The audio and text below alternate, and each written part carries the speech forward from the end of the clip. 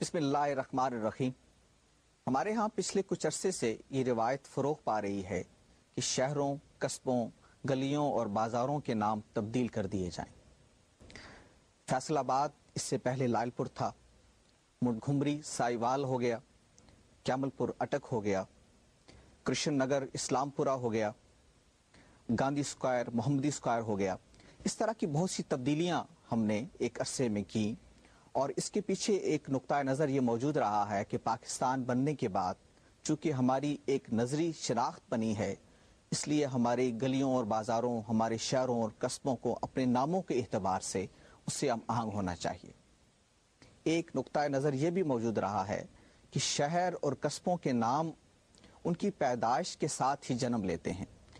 اس لیے تاریخ کا یہ تقاضا ہے کہ ان کو ان کے ناموں کے ساتھ ہی محفوظ رکھا جائے اور حال سے مستقبل کی طرف ان کا رشتہ جوڑا جائے۔ اس باب میں صحیح نقطہ نظر کیا ہے،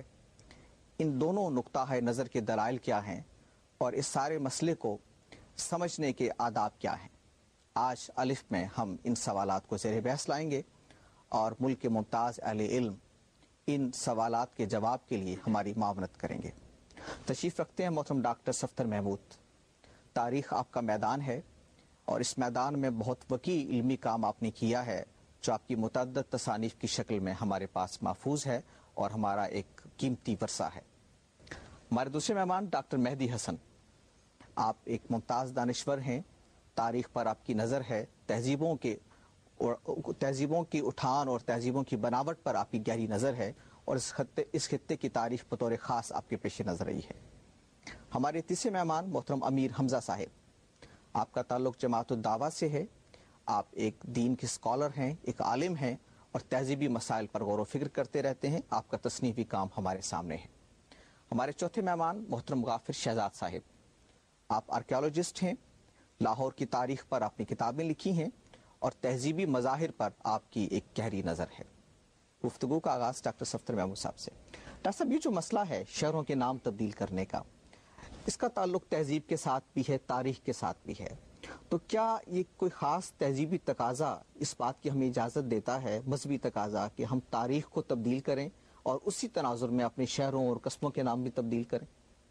خورشید صاحب، بات یہ ہے کہ یہ مسئلہ صرف اتنا سا نہیں ہے، اس میں اس کی کئی جہتیں ہیں، لیکن پچھلے ایک دو برسوں سے جس پہلو پہ یا جس آسپیکٹ پہ بہت ڈسکشن ہوتی رہی ہے وہ خود ہماری تاریخ کے بارے میں ہے کہ کیا ہماری تاریخ، جس کو ہم مطالعہ پاکستان یا تاریخ پاکستان کہتے ہیں، وہ محمد بن قاسم کی آمد سے شروع ہوتی ہے یا اس سے پہلے شروع ہوتی ہے؟ یہ بذات خود ایک کنٹروورسی ہے، بنیادی سوال ہے۔ اسی کے ساتھ ایک یہ سوال بھی وابستہ ہے، اور اس پہ بھی بحث ہوتی رہی ہے کہ ہمیں پرانے تمام ناموں کو تبدیل کر دینا چاہیے، وہ انگریزوں کے نام پہ ہوں یا ہندوؤں کے نام پہ ہوں، اور ان کو اپنے تحریک پاکستان کے ہیروز جو ہیں ان کے نام پہ ان علاقوں کا نام رکھنا یا ان گلیوں کا نام رکھنا چاہیے۔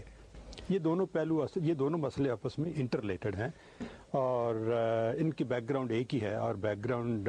اس کی پس منظر بڑا سیدھا سا یہ ہے کہ پاکستان کے قیام میں اور قیام پاکستان میں چونکہ اسلام ایک بڑا امپارٹنٹ فیکٹر تھا، اب اس کا مطلب یہ نہیں ہے کہ سیاسی یا معاشی یا سماجی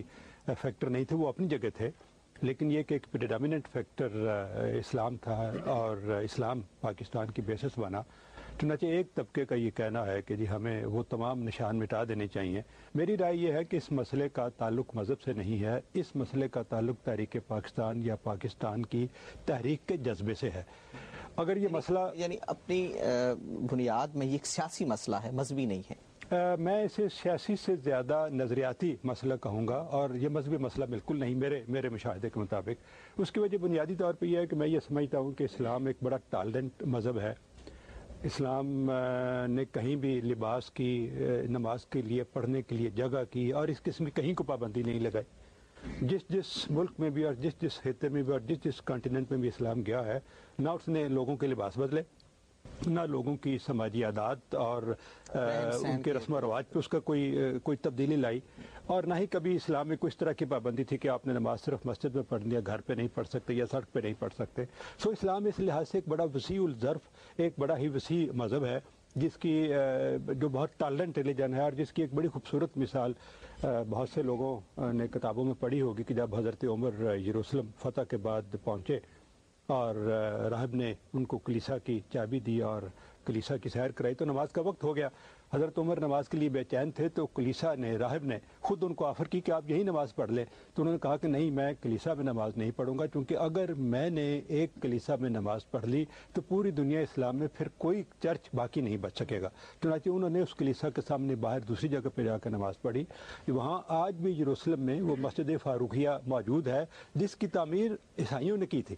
لطف کی بات یہ ہے کہ اس مسجد کی تعمیر عیسائیوں نے کی، ان کے جذبے سے متاثر ہو کر۔ تو مطلب یہ کہنے کا کہ جی اسلام تو بڑا ٹالرنٹ ریلیجن ہے، اسلام میں تو اس طرح کی کوئی پابندی نہیں کہ آپ جس شہر میں رہتے ہیں اگر اس میں کوئی نام، کسی گلی محلے کا نام کسی انگریز کے نام پہ ہے، کسی ادارے کا نام جو ہے وہ کسی ہندو کے نام پہ ہے تو اس کو بدل دو۔ یہ اسلامی تقاضا میرے خیال میں نہیں ہے، یہ تقاضا ہے تحریک پاکستان کے جوش و جذبے کا، یہ تحریک پاکستان کے ایک نظریاتی تقاضا کہہ لیجیے ایک طرح کا ہے۔ لیکن اس میں میرا پوائنٹ آف ویو یہ ہے کہ تاریخ کسی قوم، کسی معاشرے کا حافظہ ہوتی ہے۔ ہم کہتے ہیں کہ ہسٹریز آر میموری، اور اگر ہم ہسٹری بھول جائیں تو ہم یہ سمجھتے ہیں کہ ہم نے اپنا حافظہ کھو دیا۔ میں یہ سمجھتا ہوں کہ یہ ساری چیزیں، وہ اشوک کی تہذیب ہو یا وہ بدھ مت کا ہندوستان میں آنا ہو، یہ سب ہماری تاریخ کا حصہ ہے، وہ تاریخ کا حصہ رہنا چاہیے۔ وہ موہنجو داڑو کی تہذیب ہو، وہ بدھ مت کا ہندوستان میں آنا ہو، وہ اشوک کا یہاں رول ہو۔ میں نے بحیثیت طالب علم یہ ساری چیزیں تاریخ میں پڑھی تھی، میں نہیں سمجھتا اس سے میری مسلمانیت پر یا پاکستانیت پر اس کا کوئی اثر پڑا ہے۔ تو اصل میں یہ جو ایک جوش و جذبہ ہے یہ اس لیے ہے کہ ہم اپنے ہیروز کے نام پہ رکھنا چاہتے ہیں۔ اس میں میرا ہمیشہ یہ نقطہ نظر رہا ہے کہ یار لا تعداد نئے ادارے بن رہے ہیں، نئی پارکیں بن رہی ہیں، نئی بلڈنگیں بن رہی ہیں، نئی گلیاں بن رہی ہیں، کرنے کی کوئی ضرورت نہیں تو ہے۔ مطلب ان پہ آپ رکھیے بجائے اس کے کہ آپ کنفیوژن پرانے نام کو تبدیل کریں۔ میں ایک چھوٹی سی مثال دوں۔ ڈاکٹر صاحب ہم یہ بات چاہیں گے کہ آپ سے جاری رہے اور ڈاکٹر مہدی حسن صاحب کی رائے بھی ہم جانیں، لیکن اس سے پہلے ہمیں ایک وقفہ لینا ہے، حاضر ہوتے ہیں تھوڑی دیر میں۔ ڈاکٹر صاحب بات یہ سامنے آئی کہ یہ تحریک پاکستان کا جوش و خروش اور اس سے وابستگی کے طور پر لوگوں کے ہاں یہ خیال پیدا ہوا کہ ان شہروں، قصبوں، گلیوں، بازاروں کے نام بدلے جائیں، اور یہ ایک نظریاتی ضرورت ڈاکٹر صاحب کے الفاظ میں بعض لوگوں کے نزدیک بن گئی ہے۔ آپ اس مسئلے کو کس زاویے سے دیکھتے ہیں؟ تاریخ سے آپ کہاں تک پیچھا چھڑائیں گے یا کہاں تک معذرت خواہانہ رویہ اختیار کریں گے؟ اگر کسی نے حکومت کی، اگر انگریزوں نے حکومت کی، انہوں نے کوئی بلڈنگ بنائی، اس کا کوئی نام رکھا، تو وہ تاریخی حقیقت ہے۔ آپ اس بلڈنگ کو تو نہیں گراتے جو انگریز بنا کے گیا، اس کا نام تبدیل کر دیتے ہیں۔ اور ابھی ڈاکٹر صاحب نے جیسا فرمایا کہ آپ نیا شہر بنا کے اس کا نام جو مرضی رکھیں، آپ ایک باغ بنا کے اس کا نام باغ جناح نہیں رکھ سکتے، آپ ایک پرانے بنے ہوئے باغ کا نام باغ جناح کرتے ہیں۔ آپ شہر کا نام لائل پور سے فیصل آباد کر دیتے ہیں۔ آپ منٹگمری کا نام، جس کے ایک اپنے بننے کی ایک ہسٹوریکل ریزن ہے، اس کا کینول کالونی تھی، نہر آئی تھی، اس کی وجہ سے اس کا نام منٹگمری رکھا گیا۔ منٹگمری کے نام پہ منٹگمری روڈ بھی ہے لاہور میں، منٹگمری ہال بھی ہے لاہور میں تھا، اس کا نام بھی تبدیل ہو گیا۔ آپ نے اس کا نام ساہیوال کر دیا۔ اب یا تو آپ یہ ثابت کریں کہ فیصل سے کوئی تعلق تھا لائل پور کا، اس شہر کا، فیصل نام سے،